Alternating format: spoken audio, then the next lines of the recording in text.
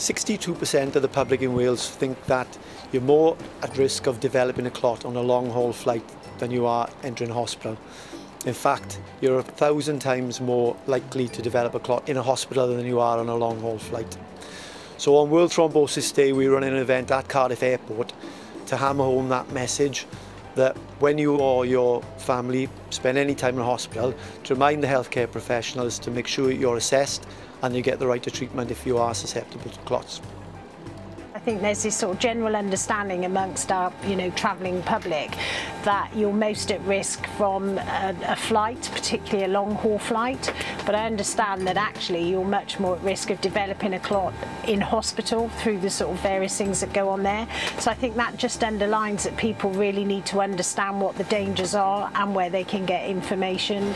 Well, the reason why I feel it's so important is because the information and the literature that we have is so easy to understand. So it's great for the public because it's very appealing, there's good pictures. So even if they just glanced at it and looked at it, they can see the message. And the message is, ask if you're at risk, ask if you've been given a risk assessment.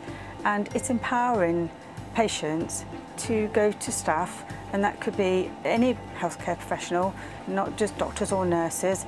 It could be their physiotherapist, it could be their pharmacist, it could be their GP. And they're asking the question, am I at risk? What are you going to do about it? World Thrombosis Day is an excellent opportunity for the people of Wales to go out and ask about clots. Everyone should ask about clots.